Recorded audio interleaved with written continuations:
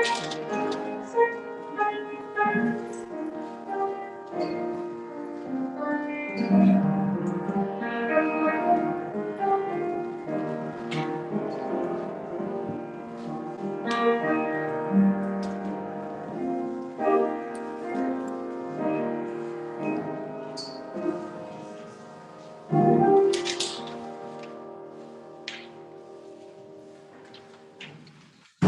you, Maddie.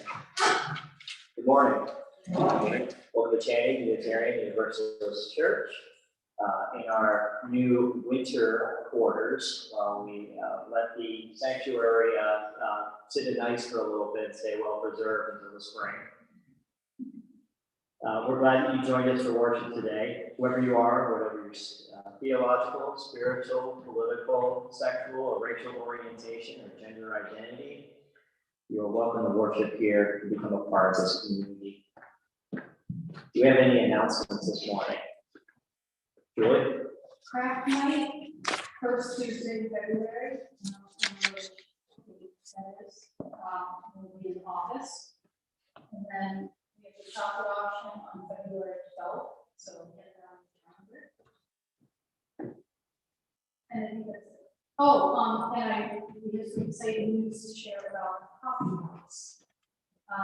The Mass Cultural Council and Brooklyn Cultural Council have issued us 3 grants for $400 apiece to pay the bands for the 3 spring shows that we have scheduled. So that's exciting. Do we have to break down everything after the service?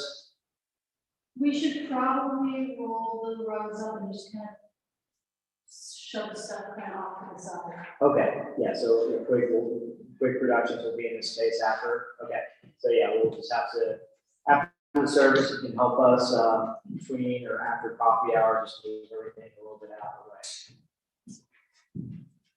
Any other announcements? We are approaching chocolate auction season, so please, if you're thinking about, we're gonna probably do it a little bit differently, but we'll see. We're trying to get some big production items. So if you need to plan anything out, special cakes or anything, this is the time to start putting the pencil to the paper. 3-foot chocolate sculpture template. We'll need bottles, we'll need designers, we will need Taste testers. Absolutely. Yes, maybe. Yep. Any other announcements? Okay. So with that, I will introduce our guest speaker of the day, Ms. Jane Ford. She's visited us before. She comes to us from the UU Kingston congregation. And let's give her our attention.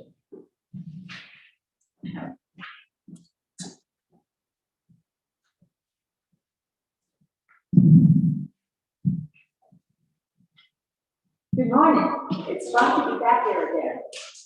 Today's opening words, excuse me, come from the Reverend Joan Johnson Lewis.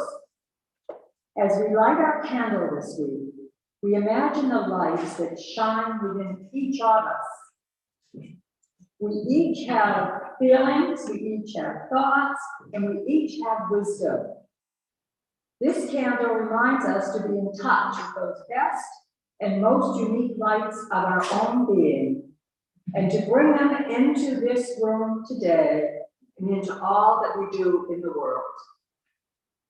Please stand as you're willing and able for the lighting of the chalice, recitation of our affirmation.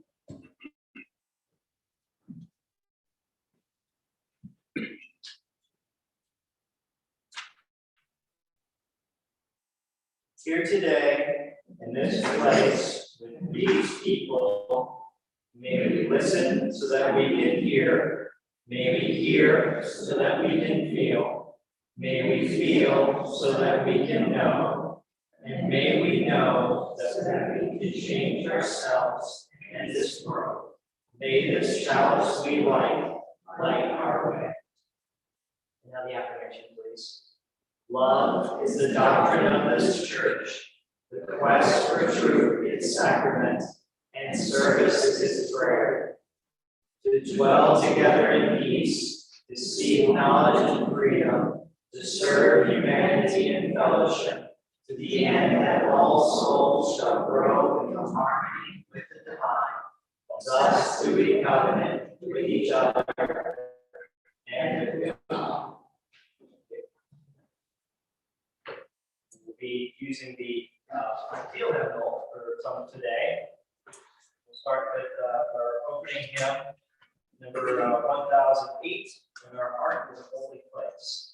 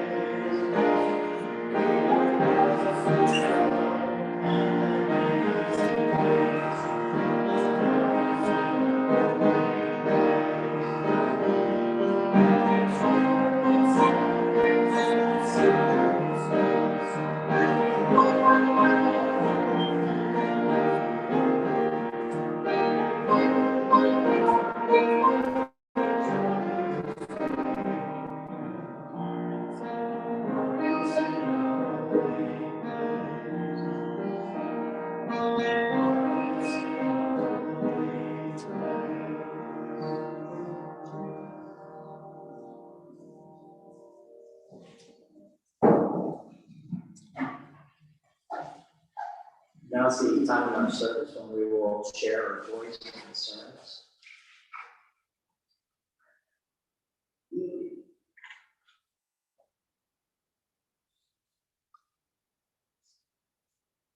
My company laid off 12,000 people on Friday, and I was on time, but a lot of time. So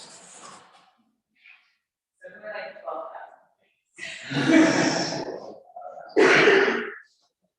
You still have your job, I'm sorry.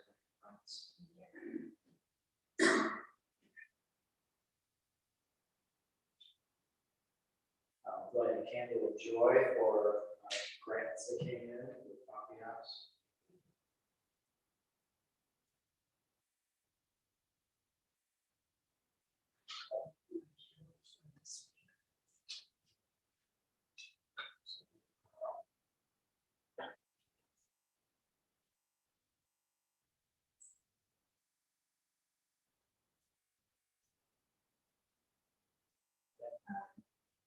Candle, for my husband who's recovering from back surgery.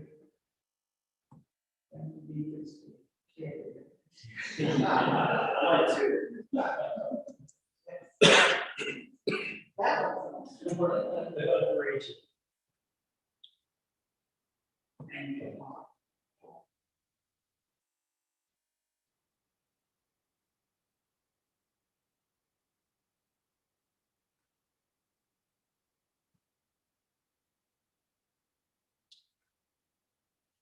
And as most everybody knows, I'm a big Elvis fan, that today they were just recently.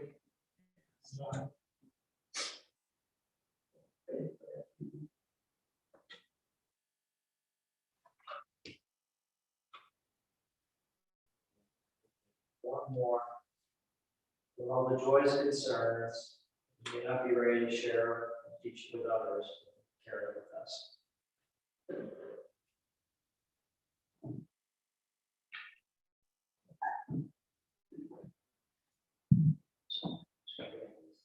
Okay, thank you. That would be fun now.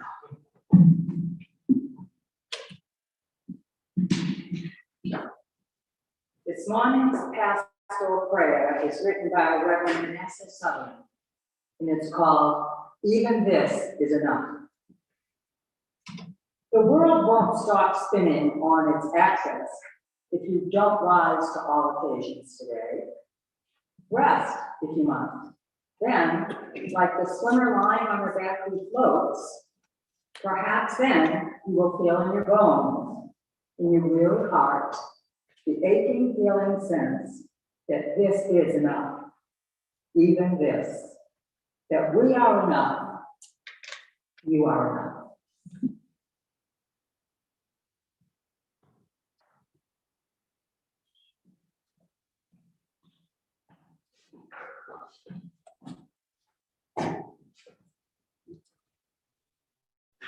Now we will sing verse 1009, theological meditation on. Cancel that, template. Oh, okay.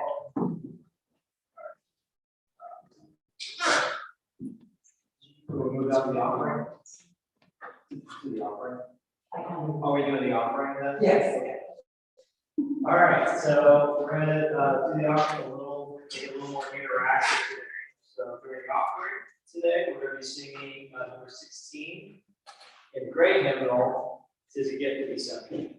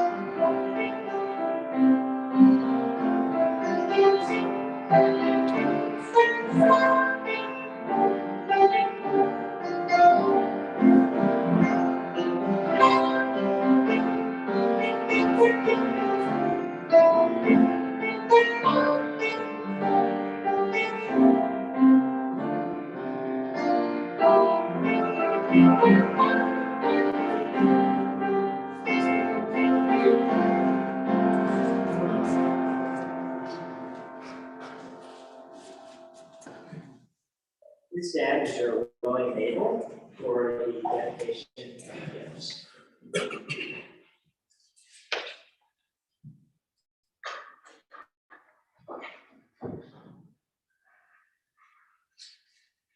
Sorry, a lot of music.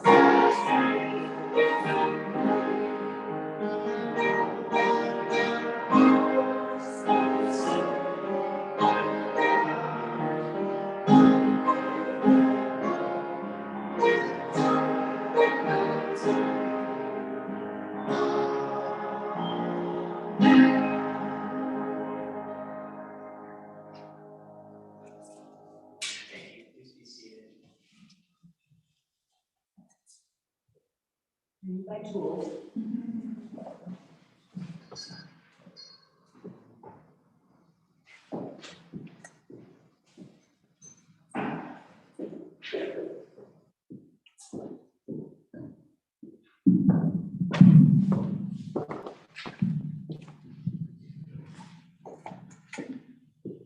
This morning's reading is from Papa Palmer, and it's called A Hidden Wholeness. If we want to support each other's inner lives, we must remember a simple truth. The human soul does not want to be fixed. It wants simply to be seen and heard. If we want to see, and hear a person's soul, there is another truth we must remember. The soul is like a wild animal, tough, resilient, and yet shy. When we go crashing into the woods, shouting for it to come out so we can help it, the soul will stay in hiding. But if we're willing to sit quietly, wait for a while, the soul may show itself. On to the sermon, which is listening to your voice. The subject of today's sermon is listening to your voice. Looking at how various states feel about this, we find that most believe live in deep wisdom and it resides within each of us. The phrase that is familiar to many of us comes from the Jewish faith in the Old Testament. Psalm 46, which says, God is our refuge and our strength. He dwells in his city, does marvelous things, and says, be still and know that I am God. In the Hindu text we read, silence is important to the spiritual seeker because only then can he absorb the higher truths. Silence leads to peace, and God is the embodiment of peace. To reach the one who speaks peace, we must observe silence. In Islam, recitation and listening to the Quran makes one relaxed, relieves stress and anxiety. There are several verses which can help reduce anxiety, the meaning and messages that can help people alleviate depression. In the New Testament, there are many references to the importance of being silent, such as the one in Mark 4:39, peace, be still. And in the words of the 19th century American transcendentalist Ralph Waldo Emerson, let us be silent that we may hear the whispers of the gods. I must confess that it's only in the past few years that listening to my inner voice has become part of my spiritual practice. I was one of those annoying children who from the first grade on was the recipient of comments such as, Jane is a really good student, but she could become a better one if she would stop talking. I can't tell you how many times that message came home to my mother. It took decades of hearing or seeing such comments before I really heard them. In my 30s, when I was an active Catholic, I chose to attend a 3-day silent retreat at Seneca in Brighton. By the end of the first evening, I was ready to go home. No one except the retreat speakers was allowed to talk, even at meals. But I wasn't a quitter, so I stayed for the full retreat. Much to my surprise, at the final dinner, when we were encouraged to talk to each other, I found I missed the silence. Unfortunately, my lesson was short-lived, and I continued to be quite the chatterbox and seldom took the time for private prayer. After leaving the Catholic Church in '89, I started seeking out books and classes and workshops to help me grow spiritually. During this time, I slowly, very slowly, began to appreciate the value of being silent and listening. In the summer of 2011, I attended a transcendental service at First Parish Kingston. As a college literature major, I had fallen in love with the 19th century American transcendentalist studies, and the service eventually led me to become a member of that congregation. In In the ensuing years, I began a morning meditation practice, which I found especially useful during my husband's long illness and eventual death. Although my practice changes frequently, it always does begin with a few moments of silence. I use a variety of tools to help me listen, depending how I'm feeling each morning. Meditation is one. I began with meditating for just 5 minutes, practicing the mantra, Om. When I felt ready to extend my morning time, I started using guided meditations, where I could listen to a speaker and learn something that would help me stay more present in my daily activities. Sometimes I would use the Buddhist practice of walking meditation. I also use spiritual readings and music to help me focus. Last winter, I attended a 4-session meditation class taught by a member of our church. Here, I discovered the free app, Insight Timer. I don't know if any of you use this, but it's just an amazing app, thousands of meditations. Okay. They offer thoughts that last from 2 minutes to more than an hour. In the morning, I usually do 5 to 10 minutes to get me focused for the day. This fall, I started longer ones because I've always had trouble falling asleep. It takes me a long time to get to sleep. And now I use, it could be like 20, 30-minute meditations to help me fall asleep. And it's just changed my life. All right, so there are many tools to help us listen to our inner voice. While preparing this sermon, I found it a struggle to limit the number of tools to share to help folks find a way to the inner voice.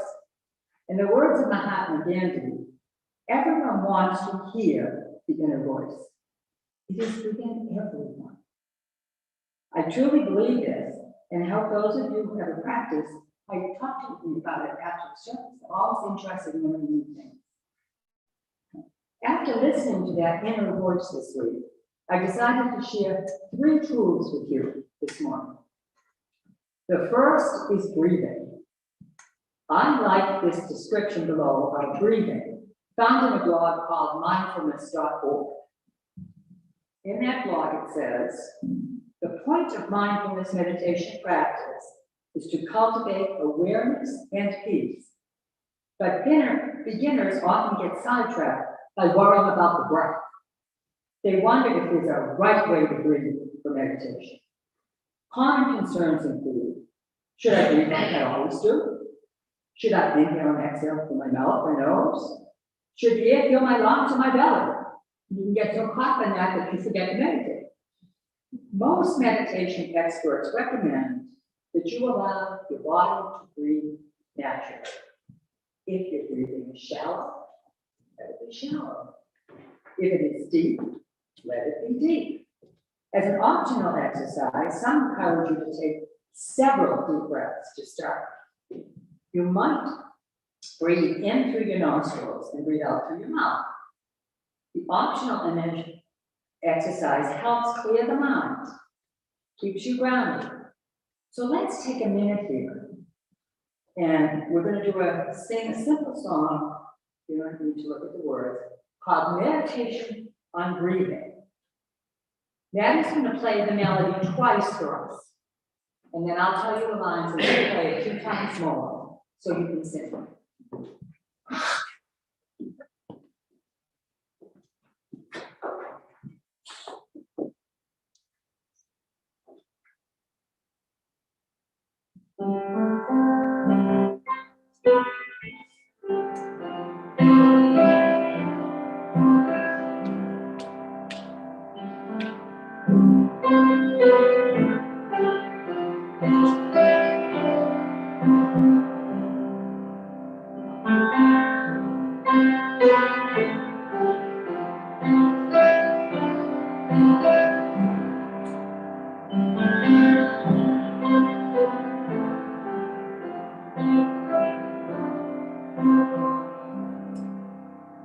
The words are very simple.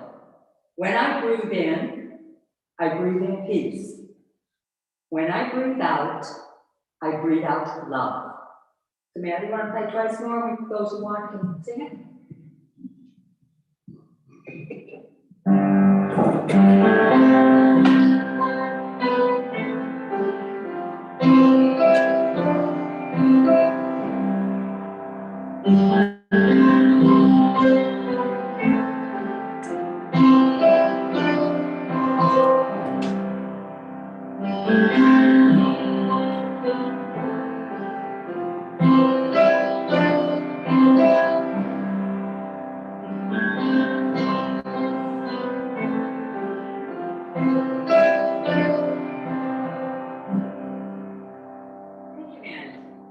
you want to try this at home as part of the practice, you can choose any words you want. You know, whatever you might want to focus on for the day. The second tool I enjoy using frequently is using some sort of prayer beads. This without making a lot of noise. Okay. I'm a former teacher, so you need tools. When I first learned about prayer beads as a child, it was the rosary beads of the Catholic Church. And for some reason, they intrigued me. And for many years, I used those. Now I use mala beads. And they've been used by yoga and spiritual teachers for thousands of years to help keep their minds focused during meditation. Malas were first created in India 3,000 years ago and have roots in Hinduism, Buddhism, and yoga. The term mala is a Sanskrit word for meditation garland. Originally, mala beads were used for a special type of meditation called japa, which means to recite. A mala is a string of 108 beads, with one bead as the summit or head bead called the sumana. Malas are used to help the mind focus on meditation. Or you can count mantras in sets of 108 repetitions if you use the whole set of beads. The mala beads can be made of seeds, sandalwood, rosewood, gemstones. The 109th stone, or the Guru stone, symbolizes gratitude and our connection to the divine. It is a way to say thank you to all the spiritual teachers who have helped us in our path to enlightenment. A common mantra is just the Om, the simple Om. Others are, I am calm, I am present in this moment, I am at peace, I am conquering my fears. One of my favorites that I use when my mind is feeling really scattered is simply, be here now. When I first began this practice, I didn't think I would actually repeat a mantra 100 times. Who could have the patience for that? But I was amazed to find it only took like 5 to 7 minutes. And I always feel more centered. So I brought an example of a couple of similar mantras if you want melodies. These are made of tiger's eye, which is a spiritual stone. And then this is the beginning and top about. And then gradually, bead by bead, go through. And you might make it to 108, you might make it to 20. Whatever it is, it helps you focus. And then the other one I use, which I sometimes wear as jewelry,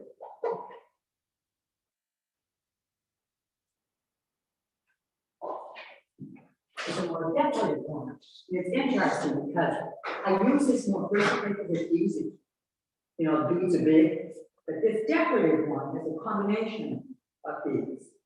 And I often didn't wear it, but I do wear that. So the mala beads can be very useful. You can get them online, you can get them very inexpensively, such as this one, or I was indulging myself with the next one, but they are useful too. Let me see what I have here. All right, the third tool I use is reframing the voice of my inner critic, and not the true inner critic, the voice of my inner critic. I learned this last fall during a 12-week course in the neuroscience of pain. At first, I thought that I wouldn't find this practice useful. After all, I'm old enough and I'm pretty optimistic and didn't think I was criticizing myself a lot. As I did the homework for this course, however, it soon became apparent to me that I had an active inner critic that had the power to reduce my joy in life. Once I learned to reframe the negative messages in my mind, it would quiet down. I had a new tool to help me better listen. Let me be specific and share a few of my inner critic's comments. You shouldn't be taking afternoon naps. You're just lazy. Get up and do something. And I can reframe that to say, you're just getting over a difficult virus, and those naps are helping you to do it. So instead of a cranky critic, you're the helpful one. You didn't spend enough time working on that presentation. No wonder no one liked it. I can reframe. You received much applause at the end of your speech, and several commented how useful it was. And then the last one for today, I could go on endlessly. You waste too much money getting coffee at Starbucks. Can go to, you really enjoy sitting in Starbucks with your coffee, and you always have more energy when you leave. So I have to admit, I was truly surprised how often inner critic was in my head. These are just a few examples of how to reframe your inner critical voice that reinforces your self of being less than wonderful. If you choose to try any one of these tools I talked to you about, you will likely hear that critical voice encouraging you to move on your day, more important things to do. Let's take a few minutes now to come to the close to do a simple reframing exercise. I will give you, this is where it is. All right, I'm going to give you a little instruction, little examples, and then you're going to have a couple minutes to try it for yourself, and you don't have to share. All right, does your inner voice, or if you're starting to meditate, is it your inner voice saying, thank God she's almost done talking? No, that's not your inner critic talking about you. It's just a thought about me. So you can ignore that. Does it say, this service is a waste of time? I was so stupid to think that I might learn something this morning. That's your inner critic. You might want to look at that and say, okay, that's not true for me. Maybe you say, well, I'll make it the effort to come today. I'll enjoy talking to people at coffee hour. Whole different feeling than saying you were stupid to come. Each time an inner critic pops up in your mind, you can do a quick reframing and move on with your meditation, prayer beads, or whatever will help you to find and listen to your true inner voice that's been talking. Okay, now, sit up straight, meditation posture a little bit, however you can. And if you're comfortable, close your eyes. If not, that's fine. All right. Now, take one deep breath, however you take. Now, say to yourself a familiar prayer, a quiet whatever you think as you try to find your inner voice. Then listen to see if your inner critic starts yapping at you. If that happens, try to reframe whatever it says in a more positive way. So now just take a couple of minutes for you to start however you want to practice, and then maybe you don't have an inner critic. But if you do, try to reframe it. I'll ring the bell when the time is done.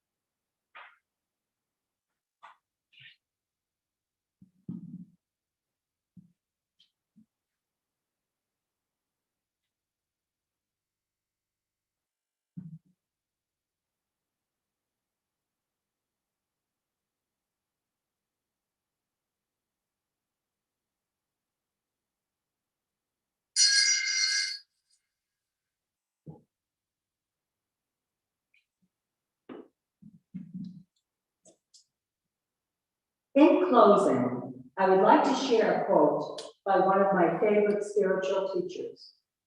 Richard Rohr is an American Franciscan priest and writer on spirituality-based ideals.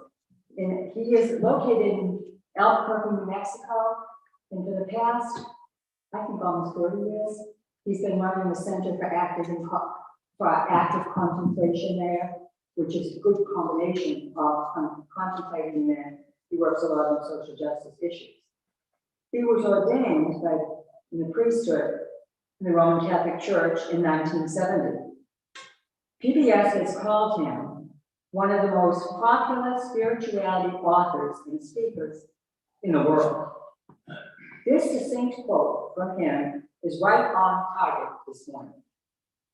If this inner critic and critical voice thinks you have been kept safe for many years as your inner voice of authority, you may end up not being able to hear the real voice of God.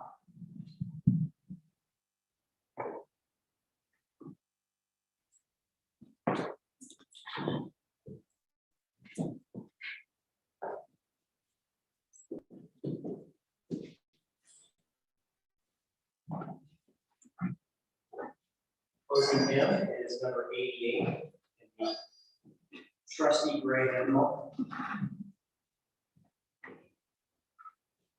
Calm soul of all things.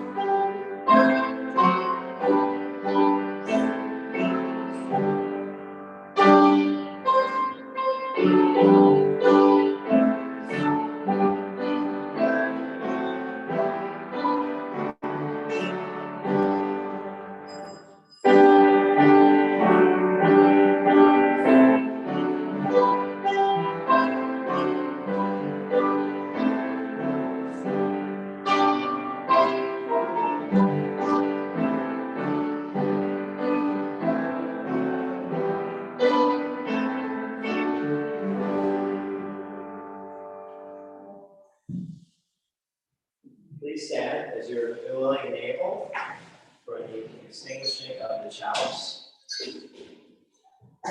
Recite with me the words down in order of service.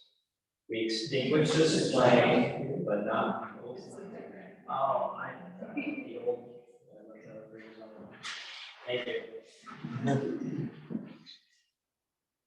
We extinguish the chalice here, that it may glow gently in our hearts. May it light your path as you leave this place. May it guide your way until we are together again. But don't misconstrue those words, they will be wrong.